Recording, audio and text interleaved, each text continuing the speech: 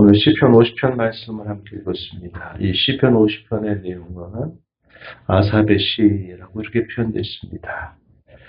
하나님 앞에 찬송의 일들을 감당했던 그런 대표적 인물이죠.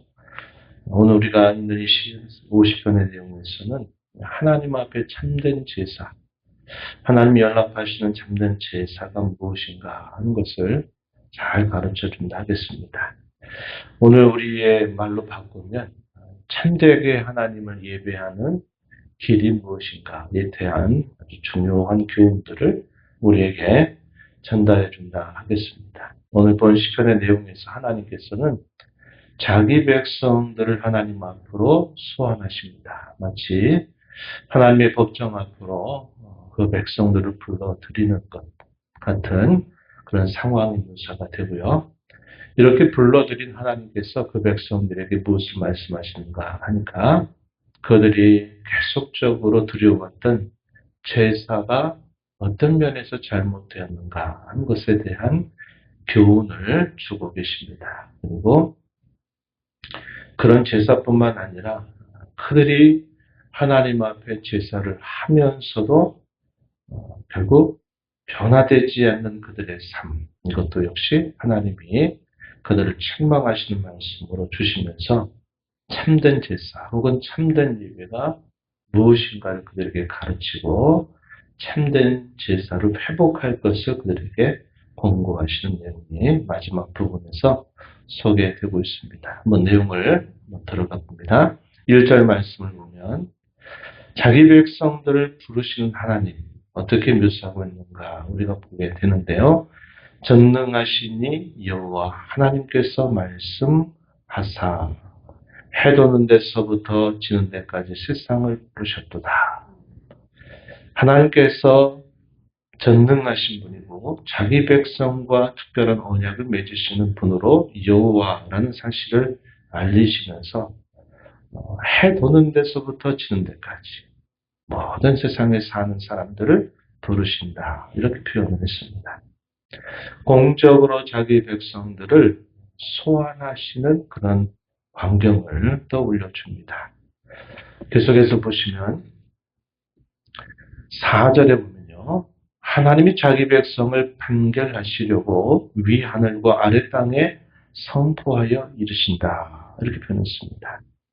판결하신다 하는 말, 이런 표현도 역시 하나님의 법정 앞으로 자기 백성들을 불러들여서 그 백성들의 모습이 어떠한가 하는 것을 판단하시겠다라는 것을 표현합니다. 그러면서 먼저 그 백성들을 뭐라고 표현했느냐면 5절에 보면 나의 성도들을 내 앞에 모으라. 그들은 제사로 나와 언약한 이들이다. 이 표현이 우리가 늘 주의 깊게 살펴야 될 부분이다. 제가 이런 표현이 나올 때마다 말씀드리는 부분인데요. 하나님께서 자기 백성들과 언약을 맺으실 때 그 언약의 관계에서 그 언약 관계를 가장 선명하게 드러내는 길이 하나님 앞에 제사를 드리는 것이다 하는 것인데 이러한 제사는 결코 이방의 종교들이 자신들의 신을 드리는 제사와 분명히 다르다는 사실을 하나님은 누차 말씀하셨습니다. 세상의 신들이야 자기들이 오래전부터 만든 그런 거짓된 신으로부터 시간과 역사가 흘러가면서 나름대로 어떤 법을 만들고 또 나름대로 규정을 만드는 일들이 있게 되지만 성경에 계시하시는 하나님께서는 친히 자신 누구인가를 말씀하고 자기 백성들에게 이 제사를 요구할 때 그 제사는 어떠한 제사여야 된다 하는 것에 관한 매우 세부적이고 상세한 규정들을 하나님이 주셨다. 우리가 알고 있습니다. 이러한 규정들은 우리가 아는 대로 레위기에 이러한 내용들이 자세하게 규정이 되어 있습니다. 하나님 앞에 경우에 따라 드릴 수 있는 제사의 종류 한 5가지 정도 소개하죠.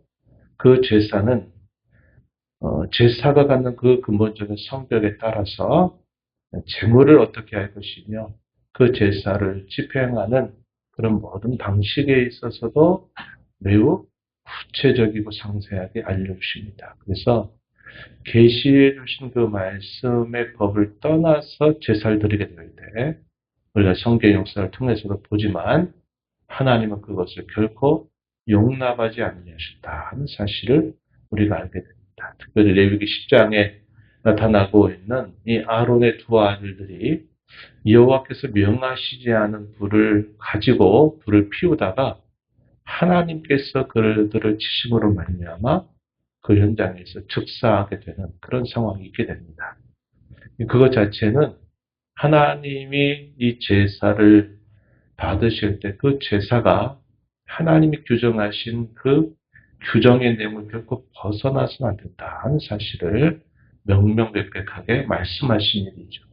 그래서 이방의 제사처럼 하나님 앞에 그런 제사를 드리게 될 때 하나님 그런 모든 제사들을 가증하게 여기시고 그런 제사들을 결코 받지 아니하신다 하는 것을 보여주셨습니다.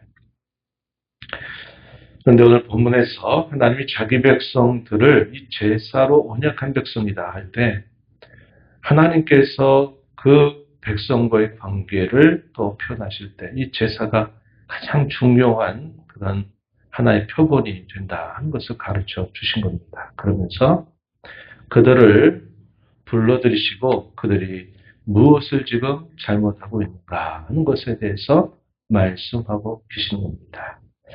7절 말씀에 보면 내 백성아 들을지어다 내가 말하리라 이스라엘아 내가 네게 증언하리라 나는 하나님 곧 너의 하나님이로다 이렇게 말씀하십니다. 그러면서 구체적으로 말씀하시는 8절에 소개됐는데 재물 때문에 너를 책망하지는 않겠다. 너의 번제가 항상 내 앞에 있기 때문이다. 이렇게 말합니다. 이 말은 그들이 행하는 제사 자체를 지금 하나님이 말씀하시겠다라고 하는 것이 아니라 다른 것에 문제가 있다 하는 것을 지적하시는 말씀이죠. 만약에 그들이 제물로 말한다면 이 제물이 될 만한 것들은 참 많이 있다는 사실들을 충분히 말씀하시는 겁니다. 그러면서 이 모든 것들은 다 나의 것이다 라는 사실을 강조하셨어요. 10절 말씀에 보면 삼림의 짐승들 무산의 가축이 다 내 것이다. 산의 모든 새를 내가 하는 것이고 들의 짐승도 내 것이다.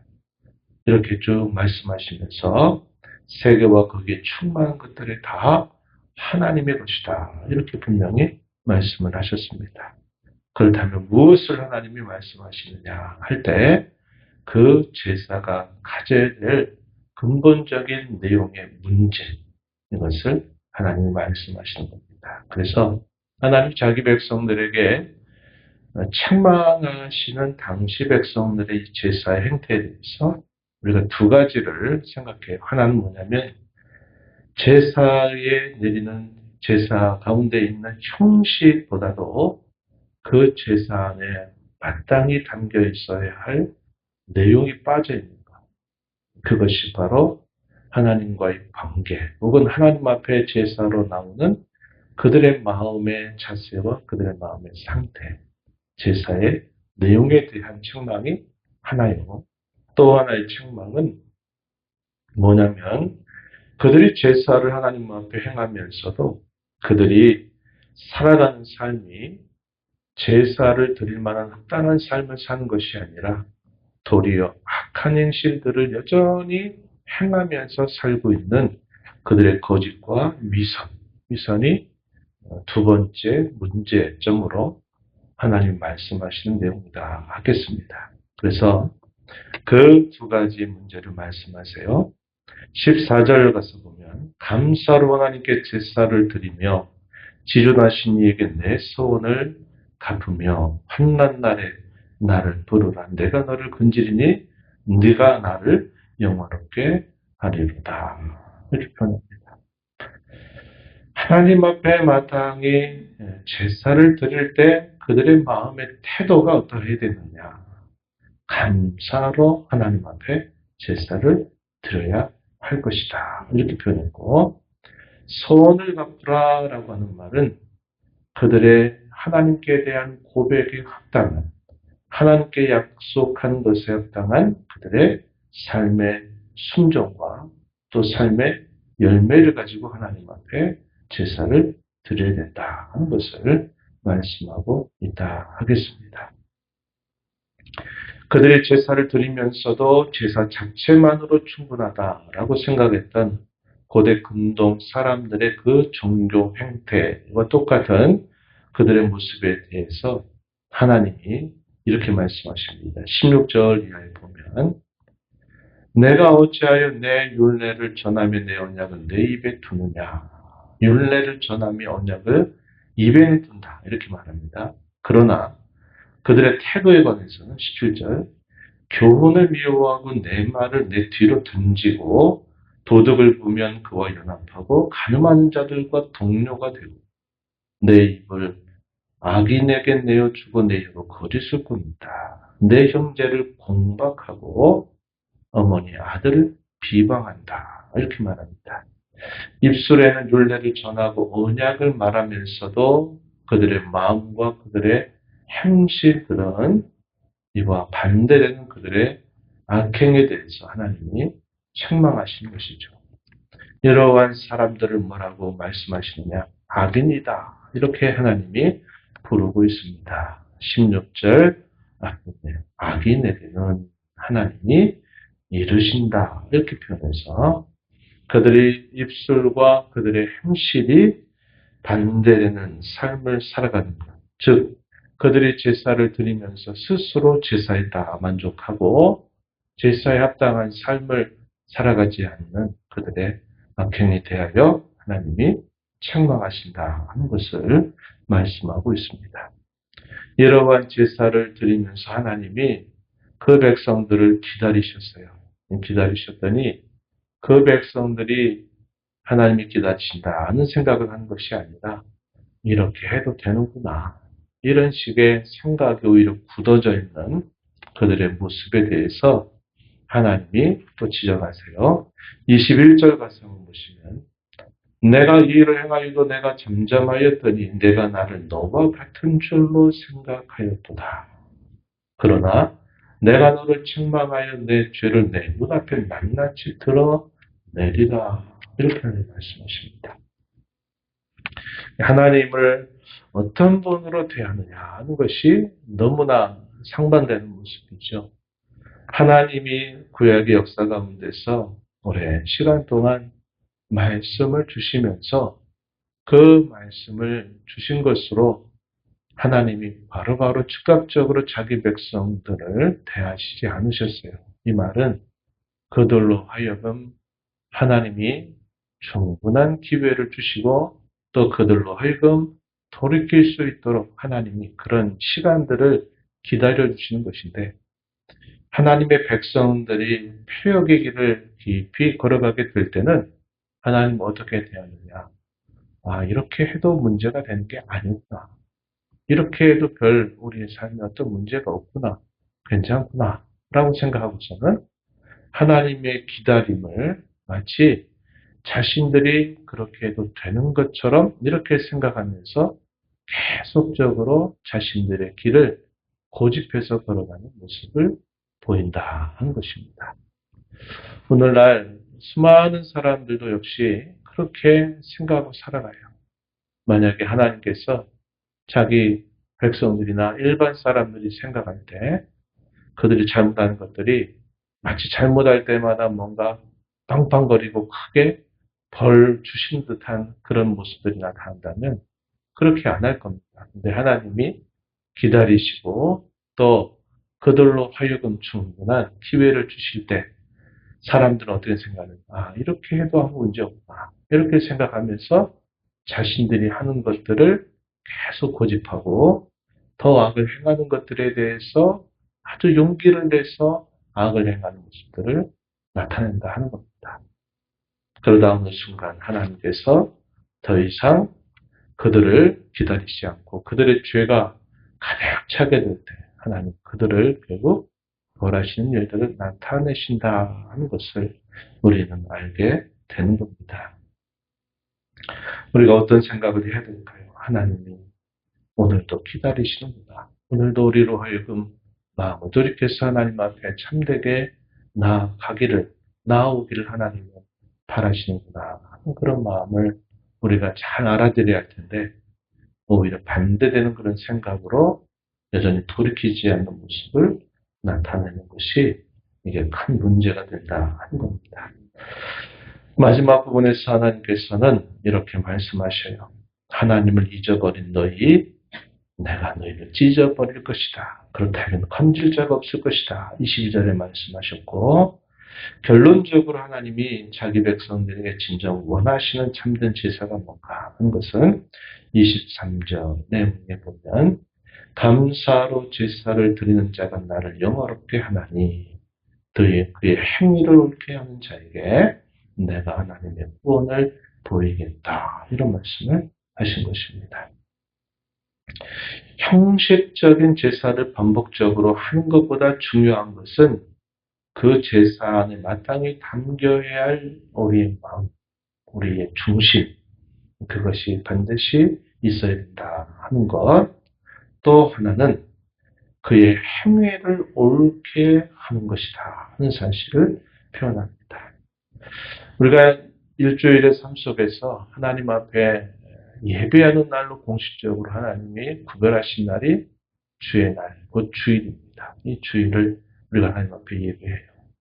이 예배를 하는 것은 예배하는 것으로 됐다 하는 것이 아니라 이 예배를 통해서 하나님과의 관계를 다시 점검하고 그분의 은혜를 힘입어서 6일의 삶 속에서 우리가 하나님 앞에 예배했던 것이 삶의 연장으로 이어져서 예배에 합당한 삶, 예배를 위한 그런 삶의 열매를 맺어야 할 시간으로 6일이라고 시간을 우리에게 주셨다 하는 겁니다. 그래서 우리가 하나님 앞에 나올 때 삶의 열매를 가지고 우리는 서게 되는데, 그 열매가 좋은 것이든 그 열매가 나쁜 것이든 우리는 하나님 앞에 우리의 6일의 삶을 가지고 하나님 앞에 선다 하는 겁니다.